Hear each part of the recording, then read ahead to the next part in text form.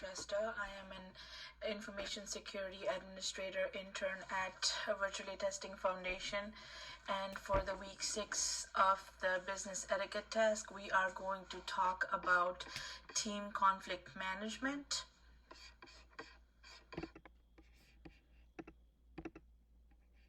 Let's start by talking about defining team conflict. So basically, what is a team conflict?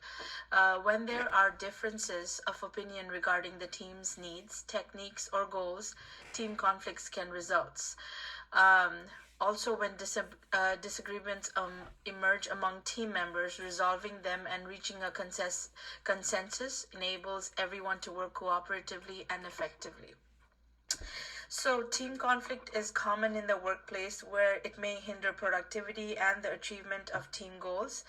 If management of team conflict is not effective, it can disrupt group processes, but successfully managed conflict may benefit the group. Let's talk about some quotes about team conflicts. So, Margaret Wheatley says that power in organizations is the capacity generated by relationships. It is an energy that comes into existence through relationships. Robert Townsend says that a good manager doesn't try to eliminate conflict. He tries to keep it from wasting the energies of his people. If you're the boss and your people fight you openly when they think that you're wrong, that's healthy.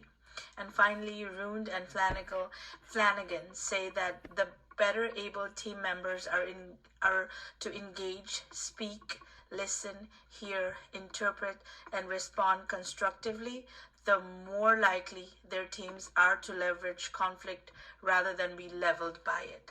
So we can see these are some of the quotes that define team conflicts and how they can affect how an organization runs depending on how the organization is able to solve the conflict. Next, let's talk about why team conflict resolution is important. So, according to Indeed.com, conflict resolution is important for the success of any team. Leaving a conflict unresolved can negatively impact morale and productivity, resulting in a tense and uncomfortable work environment for all. Resolving conflicts in the workplace allows teams to trust each other and work better together to achieve their goals. Conflict resolution allows team members to understand each other better and create smoother working relationships in the future. So as we can see that team conflict resolution is important and it can help company progress better by the team members learning their mistakes after resolving the conflict. So again, I'm quoting from Indeed.com, which defines 4 different types of team conflicts that are common to the workplace environments, and they are task-based conflicts, leadership conflicts, work style conflicts, and personality clashes.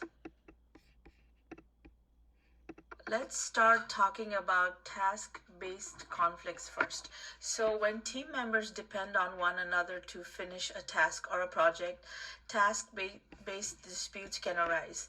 When one team member fails to fulfill their portion of the work, it may hinder the ability of the remaining team members to complete their portions on the schedule. For example, if an employee consistently submits their reports late, the accountant will also be impacted. We have to make sure that everyone in the team is aware of their responsibilities in order for the tasks to be completed effectively and by the deadline. This will help prevent these disagreements. The next type of conflict is the leadership conflict.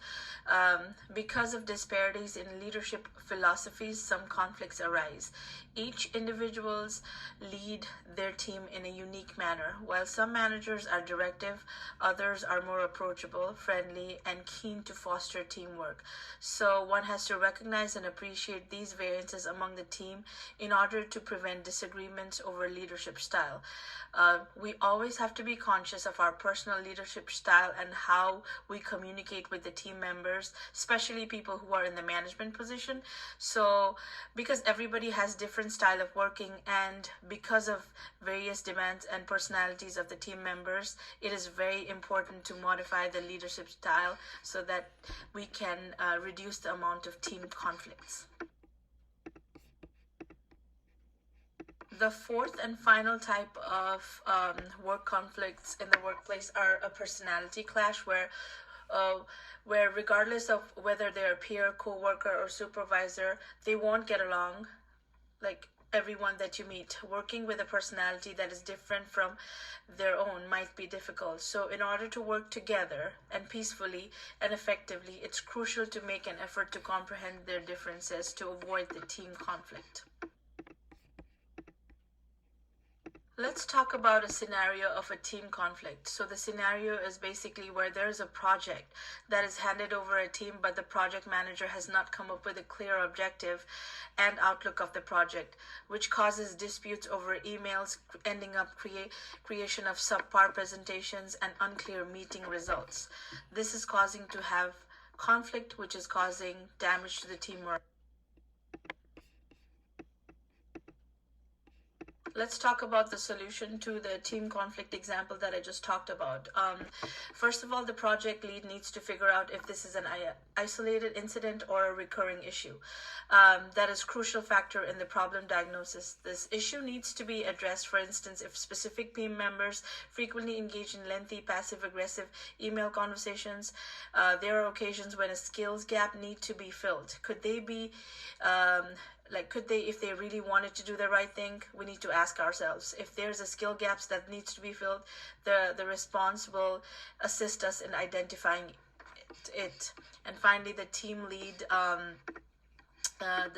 should have a meeting with clear objectives and come up with a plan with work delegation to the entire team members with clear goals. This will solve the communication issue and will help the team deal with conflict management. So let's talk about some of the common strategies for team conflict management, and I have quoted this from the website blink.ucst.edu. We need to start with having a clear conversation with the person we have a conflict with. We don't need to focus on the personality, but we need to focus on behavior and events. We need to focus on active listening. We need to identify points of agreement and disagreement. We need to prioritize and focus on the areas of conflict. We need to develop a plan to address each of the conflict that arises. We need to follow through on the plan that is discussed, and finally we need to build on success and learn from the team conflict management.